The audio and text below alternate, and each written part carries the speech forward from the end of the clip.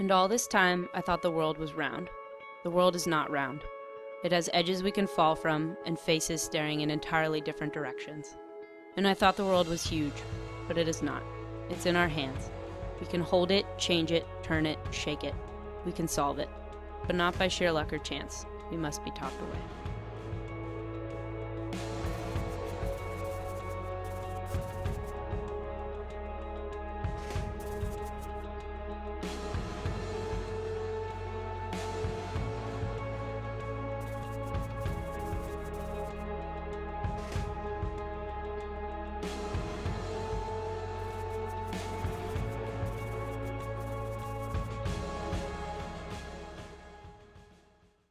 The opening to this video series tells of a world that is cubed, with edges we can fall from and faces staring in entirely different directions. This part sounds unsettling, but there's also hope in these words. We hear that it is possible to take on this cubed world. We can learn to hold it and turn it. We can change it, shake it, we can even solve it. Now these are inspiring words, but I'm sorry to say they spin an illusion. Many people today, particularly those living comfortably in the global north, want to do something to solve the problems of the world, such as the problem of global poverty. They want to act upon poverty, alleviate poverty, volunteer to end poverty, and so they look for places in which they can change, turn, and shake up the status quo. But we must ask, what motivates us to travel short or long distances, to spend a day, a week, many months, or even a spare 15 minutes in service to a community we may know very little about? This poverty action we're seeking to undertake, why are we compelled to do it? More importantly, who is it all for, really?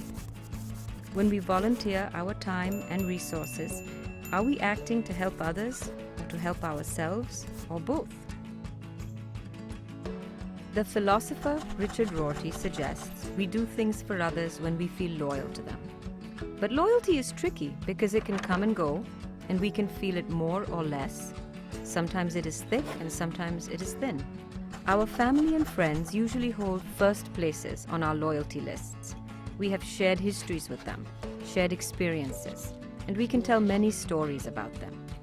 These experiences create strong bonds and thick loyalties. And according to Rorty, it is those of us who enjoy comfortable lives who have the time and resources to extend our loyalty to larger groups, with which we have few, if any, shared experiences. This kind of loyalty is usually based on an abstract idea, such as the desire to alleviate global poverty for the good of humankind. So it is relatively thin. When the going gets tough, we are less likely to privilege this thin loyalty over the thick loyalty we reserve for those close to us. So can we solve poverty by acting on a thin loyalty to the world's poor? And why are so many of us inspired by such thin loyalties anyway? I think the inspiration comes from how we see the problem. For example, a few months ago, my family and I bought an old house in South Berkeley, first built in 1914. We noticed the floor in the house slightly sloped in one corner. It seemed as though there would be a quick and easy fix. "Can you level the floor?" I asked the contractor, to which he sat me down and explained, leveling is not a simple thing. That corner spot, he told me, is a result of 100 years of shifting and settling. My desire to simply level the floor in a matter of hours was a risky fix with no guarantees, as windows could pop, walls and floors could crack.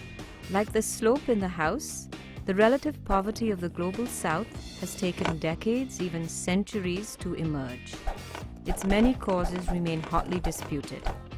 Yet we are impatient to fix global poverty, just as I was impatient to level the floor of our home.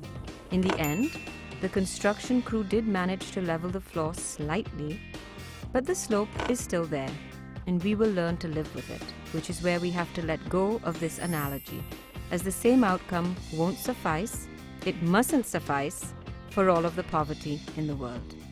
Many volunteer aid organizations are fix-oriented, focusing on concrete improvements, such as providing access to safe water, education, dental hygiene, and so on. These quick fixes can inspire people to action, But what if these fixes misread the problem? And what if the problem is not so much poverty as it is inequality? To tackle inequality, can we recast poverty action not as an abstract idea inspiring a quick fix mentality, but instead as our response to a web of very real obligations, debts, and interdependencies requiring years, even lifetimes, of cultivation and thickening? Nearly a century ago, in his famous book, The Gift, no, not that kind of gift, anthropologist Marcel Mauss, not that kind of Mauss, proposed that past and present human societies were organized fundamentally around three obligations: to give, to receive, and to reciprocate. Mauss, of course, was talking about life before the global market and before transnational assembly lines and before our modern view of the world as a single cube that we can hold, change, turn, and shake. In this earlier time, Mauss suggested, people survived by exchanging goods that were largely, though not only, of their own making. The exchange of goods left debts, and these debts produced thick social ties. The giving and receiving that resulted were the basis of social relations between people and groups, and over time, reciprocity strengthened these relations and produced webs of interdependence. Today, by contrast, we nurture our independence, and we get most of what we need to survive by buying it as commodity goods. The exchange of commodities is quite different from what Mauss described as exchanges that glued people together in societies. As Karl Marx pointed out, commodity exchange produces an illusion. The illusion that, once we've fully paid, we have no further obligations to honor. With this illusion, our dependence on each other is made to seem thin, if existent at all. What if, in fact, the price we pay is far too low? What if we continue to owe a debt to the farmers and manufacturers and distributors spread out across the globe, and to the families and societies and natural resources that support them? Today, we often don't see this debt, this interdependence. What if our very power to consume, to exchange commodities, is in fact our blindness? What if our privilege is our poverty?